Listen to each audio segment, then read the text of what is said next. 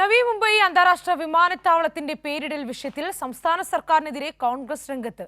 പ്രമുഖ കർഷക നേതാവ് DB പാട്ടീലിന്റെ പേര് നൽകുന്നത് സർക്കാർ മനഃപൂർവ്വം വൈകിപ്പിക്കുകയാണെന്ന് ആരോപിച്ച മഹാരാഷ്ട്ര പ്രദേശ് കോൺഗ്രസ് അധ്യക്ഷൻ വിമാനത്താവളത്തിന് പ്രധാനമന്ത്രി നരേന്ദ്രമോദിയുടെ പേര് നൽകാനുള്ള നീക്കമാണോ നടക്കുന്നതെന്ന സംശയവും ഉയർത്തി.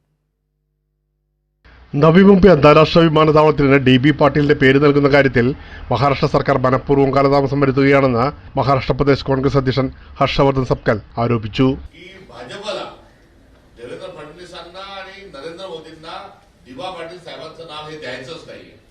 महात्मा गांधींचं नाव एकीकडे दिलेलं नाव काढलं जाते देश पातळीवर, तसंच आज लोकांच्या मनात असणारं DB पाटील साहेबांचं नाव हे देण्यामध्ये ते कुठेतरी कमी पडतं. മുംബൈയിലെ തിലക് ഭവനിൽ മാധ്യമപ്രവർത്തകരോട് സംസാരിക്കുകയായിരുന്നു സംസ്ഥാന കോൺഗ്രസ് അധ്യക്ഷൻ.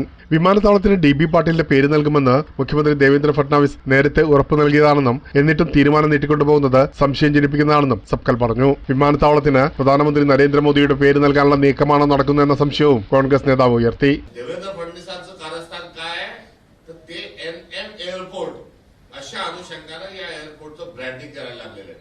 जे विमानतळ जे झालेलं आहे, ज्यांना DB पाटील साहेबांचं विमानतळ आम्ही नामोल्लेख करतोय. ഇതിനിടെ പേരിടൽ ആവശ്യവുമായി സംയുക്ത സമരസമിതിയുടെ നേതൃത്വത്തിൽ ഡിസംബർ 22-ന് വിമാനത്താവളത്തിലേക്ക് നടക്കുന്ന പദയാത്രയിൽ കോൺഗ്രസ് പ്രവർത്തകർ സജീവമായി പങ്കെടുക്കുമെന്നും ഹർഷവർദ്ധൻ പറഞ്ഞു. വിമാനത്താവളത്തിന്റെ പേരിടൽ വിഷയം രാഷ്ട്രീയമായി കൂടുതൽ ചൂടുപിടിച്ചിരിക്കുകയാണ്. പ്രതിഷേധങ്ങൾ ശക്തമാകാനാണ് സാധ്യത. പ്രേംലാൽ, കൈലി ന്യൂസ്, മുംബൈ.